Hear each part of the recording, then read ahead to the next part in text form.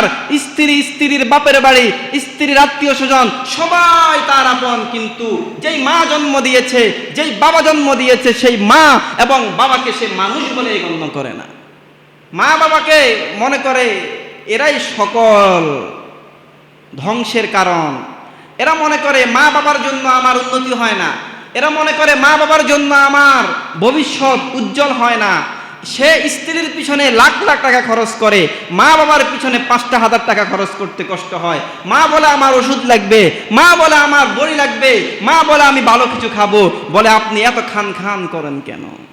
আমাদের যুবকরা একটু টাকা পয়সা হয়ে গেলে, মোটামুটি অবস্থা ভালো হইলে তার স্ত্রী আপন হয়ে যায়, শ্বশুর বাড়ির আপন হয়ে যায়, শালা সমুদ্রে আপন হয়ে যায়। সবচাইতে পর হয় তার মা, বাবা, বোন, বেড়াদার যারা আছে, রক্তের আত্মীয় সবাই পর হয়ে যায়, হয় না? অথচ তার সফলতার পিছনে সে যে অর্থ সম্পদওয়ালা হয়েছে, টাকাওয়ালা হয়েছে, পয়সাওয়ালা হয়েছে, টাকাওয়ালা পয়সাওয়ালা বাদেই দেন, তার শরীরে যে রক্ত প্রবাহমান, তাকে তো সন্তান হিসেবে দুনিয়ার মুখ দেখিয়েছে। এই সন্তান দুনিয়াতে মানুষ হিসেবে তাকে দুনিয়ায় এনেছে, তার শ্বশুর শাশুড়ি এনেছে নাকি বাপ মা এনেছে? কে এনেছে বলেন? যেই বাপ মার কারণে দুনিয়ার মুখ দেখলা, যে বাপ মার কারণে তোমার অস্তিত্ব আসলো, যে বাবা মার কারণে তুমি মানুষ হয়ে দুনিয়ায় বেঁচে আছো, যেই বাপ মার কষ্টের ঘামের টাকা খেয়ে তুমি তোমার শরীরের রক্ত বানিয়েছ, আজ তুমি বড় হয়েছ, অর্থওয়ালা হয়েছ, পয়সাওয়ালা হয়ে এখন তোমার বাপ মাকেই তুমি পর মনে করছো, আর তোমার অন্যরা আপন হয়ে যায়। এই জন্য আল্লাহ রাব্বুল আলামিন কোরআনুল কারীমের আরেক সূরার মধ্যে বলেন, ওয়া'বুদুল্লাহা ওয়া লা তুশরিকু বিহি শাইআ ওয়া বিল ওয়ালিদাইনি ইহসানা। ও দুনিয়ার মানুষ, আমি আল্লাহ তোমাদেরকে জানিয়ে দিলাম, ওয়া'বুদুল্লাহ, এক নম্বর আমি আল্লাহর ইবাদত করবা, এক নম্বর আমি আল্লাহ ছাড়া দুনিয়ার কারো ইবাদত করা যাবে না। এক নম্বর আমি আল্লাহর সামনে মাথা সিজদা করবা, মাথা অবনত করবা একমাত্র আমি রবের সামনে। আমি রব ব্যতীত দুনিয়ার কারো সামনে মাথা নত করবা না। দুই নম্বর, ওয়াবিল ওয়ালিদাইনি ইহসানা, বাবা মায়ের সাথে উত্তম আচরণ করবা। বাবা মার সাথে উত্তম আচরণ করবা, বাবা মার সাথে খারাপ আচরণ করা যাবে না।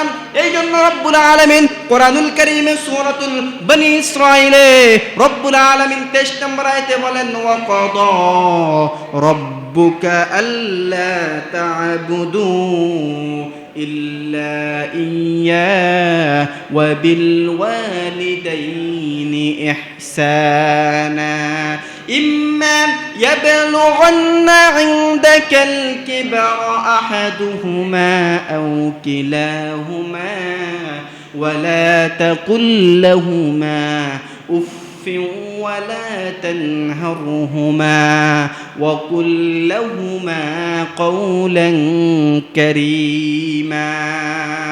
আল্লাহ রাব্বুল আলামিন বলেন, ওয়াকাদা রাব্বুকা আল্লা তা'বুদু ইল্লা ইয়্যাহ, আমার আল্লাহ তোমার উপর ওয়াজিব করে দিয়েছে, তোমার উপর আবশ্যক করে দিয়েছে, এক নম্বর আল্লাহর ইবাদত করবা, ওয়া বিল ওয়ালিদাইনি ইহসানা, দুই নম্বর বাবা মায়ের সাথে তুমি ইনসাফ করবা।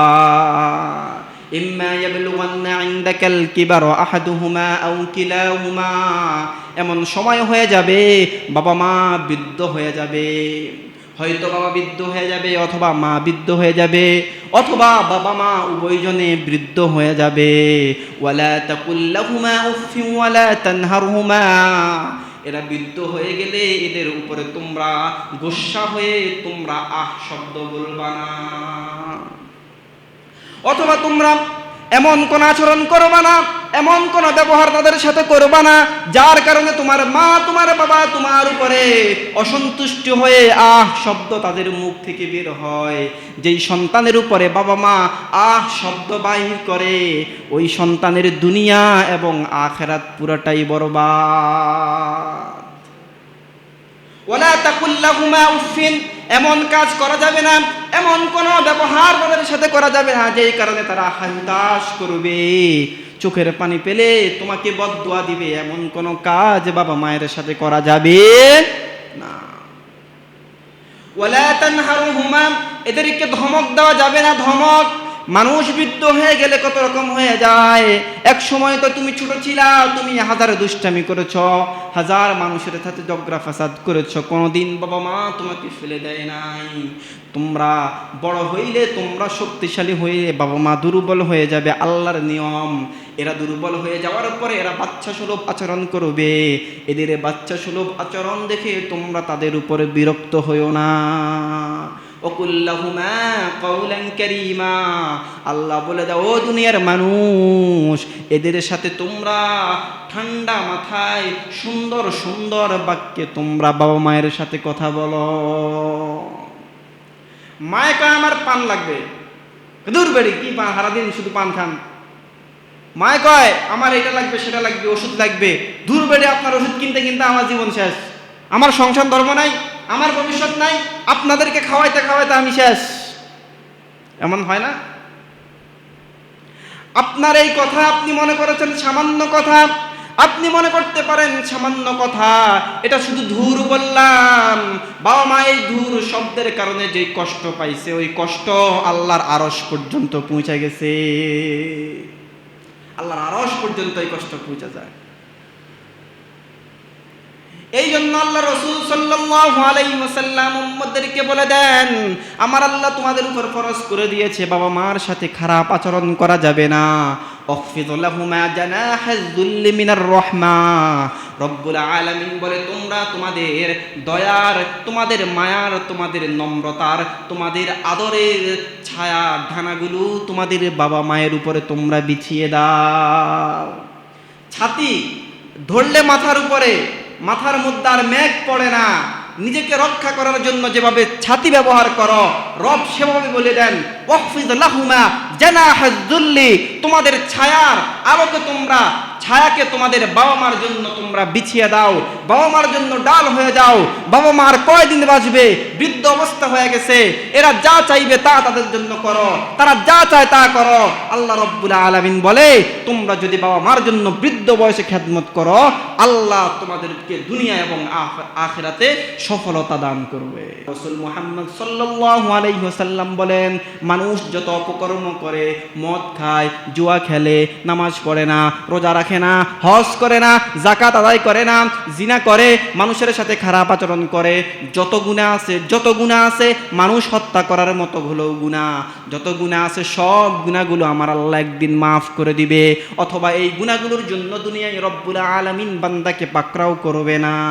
কিন্তু আল্লাহ রাসূল সাল্লাল্লাহু আলাইহি ওয়াসাল্লাম বলেন, ইল্লা উকুকুল ওয়ালিদাইন ফাইন্নাহু ইউআজ্জিলু লিসাহিবিহি ফিল হায়াতি ক্বাবলাল মামাত, যে বাবা মায়ের সাথে খারাপ আচরণ করে, যেই বাবা মায়ের সাথে দুরাচরণ করে, আল্লাহ রব্বুল আলামিন মৃত্যুর আগেই দুনিয়াতে তাকে এই খারাপ আচরণের শাস্তি দিয়ে মৃত্যুবরণ করাবে।